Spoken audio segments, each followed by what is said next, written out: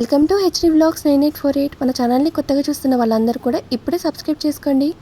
నేను వీడియో పెట్టిన వెంటనే మీకే రావాలి అంటే బెల్ ఐకాన్ని క్లిక్ చేయండి.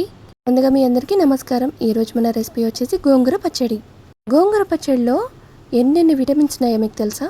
ఇందులో విటమిన్స్ వచ్చేసి విటమిన్ సి, విటమిన్ బి, అలాగే ఐరన్, కాల్షియం, ఫాస్ఫరస్ ఎక్కువగా ఉంటాయి కాబట్టి మన హెల్త్కి చాలా మంచిది. దీన్ని ఈరోజు మనం పచ్చడి చేసుకొని తింటున్నాం. అయితే పచ్చడి చేసే కంటే ముందు ఇంట్లో ఇంగ్రీడియంట్స్ ఏంటో మనం తెలుసుకుందాం. అలాగే గోంగూర ఆకలిని నీట్గా కడిగేసుకొని పెట్టుకోవాలి. ఇలా కడుక్కున్న తర్వాత మనం కొద్దిగా నీరు పోయేంత వరకు జాలి గిన్నెలో వేసి ఉంచాలి. ఇందులోకి కావాల్సిన పదార్థాలు ఏంటి అంటే ఎండుమిర్చి, జీలకర్ర, ఆవాలు, వెల్లుల్లి రెబ్బలు, కరివేపాకు, వీటన్నింటి కూడా వేయించుకోవాలి. ఇందులోకి ధనియాలని చెప్పడం మర్చిపోయాను, ధనియాలు కూడా జీలకర్ర, మెంతుల పొడిని కూడా యాడ్ చేయాలి. మనము గోంగూర ఆకుల్ని కడిగేసుకొని పెట్టుకున్నాం కదా, వాటిని ఒక గిన్నెలోకి వేసి అందులోకి ఆయిల్ వేసేసి ఇలా పసుపు వేసి మంచిగా వేయించుకోవాలి. మీ అందరికీ తెలిసిందే అండి, గోంగూరను వేసిన వెంటనే అది లిక్విడ్ లాగా అయిపోతుందని. నిజంగా చెప్పాలంటే గోంగూరని జ్వరం వచ్చిన వాళ్ళకి, నోరు బాలేని వాళ్ళకి ఇప్పుడు సీజన్ అండి, అందులోనూ ఈ సీజన్లో పెట్టామనుకోండి అసలు వదలరండి. అందులో ఇలాంటి గోంగూర పచ్చడిని మీరు కూడా ట్రై చేసి మీ పిల్లలకి పెట్టారండి, అసలు ఎంత బాగుంటుందంటే నోట్లోనే నీళ్ళు ఊరుతున్నాయండి చెప్తూ ఉంటేనే. ఇంకా మీరు ట్రై చేయాల్సిందే. అస్సలు లేట్ చేయకుండా ఇప్పుడే వెళ్ళి గోంగూర ఆకులను తీసుకొని పచ్చడి చేసేయండి వెంటనే. అయితే మన ప్రాసెస్ ఇంకా కంప్లీట్ అవ్వలేదండి, ఇది బంద్ చేసి వెళ్ళారు. ఇలా చూస్తూ ఉండండి.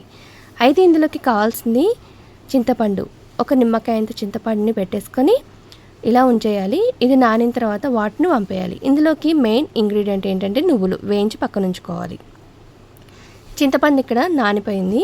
ఇంకా మనం ఒక గిన్నెలోకి నీళ్ళు వంపేసి తీసుకొని పక్కన పెట్టుకున్నాం. చూడండి ఇక్కడ పక్కన ఉంచుకున్నాం. అయితే ఈ ప్రాసెస్ జరిగేటప్పుడు మనం వేయించుకున్న ఎండుమిర్చి, ధనియాలు మిశ్రమం ఉంటుంది కదా, దాన్ని మిక్సీలో వేయాలి. చల్లారిన తర్వాత వేడిగా వేసామనుకోండి మిక్సీ బగ్గుమంటుంది, అందుకని చల్లారిన తర్వాత వేయాలి. మనకి ఎండుమిర్చి వేగేటప్పుడు స్మెల్ వస్తుంది, చాలా బాగుంటుంది. నేనైతే చాలా ఇష్టపడతాను. మీ అందరికి కూడా ఇష్టమా? అయితే ఇవన్నీ కూడా వేయించుకొని పక్కన ఉంచుకోవాలి.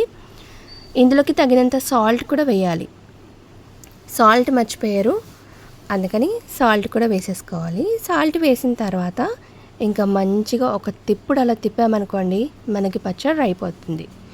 ఇంక ఇందులోకి మనం ఉల్లిపాయలు వేయాలి. ఈ ఉల్లిపాయలు మాత్రము ఈ రోజుకి మాత్రమే తినాలి, నెక్స్ట్ డే అయితే బాగుండదు, అందుకని చెప్పేసి ఇది జాగ్రత్తగా గుర్తుపెట్టుకోండి. అంతే అండి. వీడియో నచ్చితే లైక్ చేయండి, షేర్ చేయండి. ఇంకా మరిన్ని వీడియోస్ కోసం నా ఛానల్ని సపోర్ట్ చేస్తూ ఉండండి. మీ దివ్య.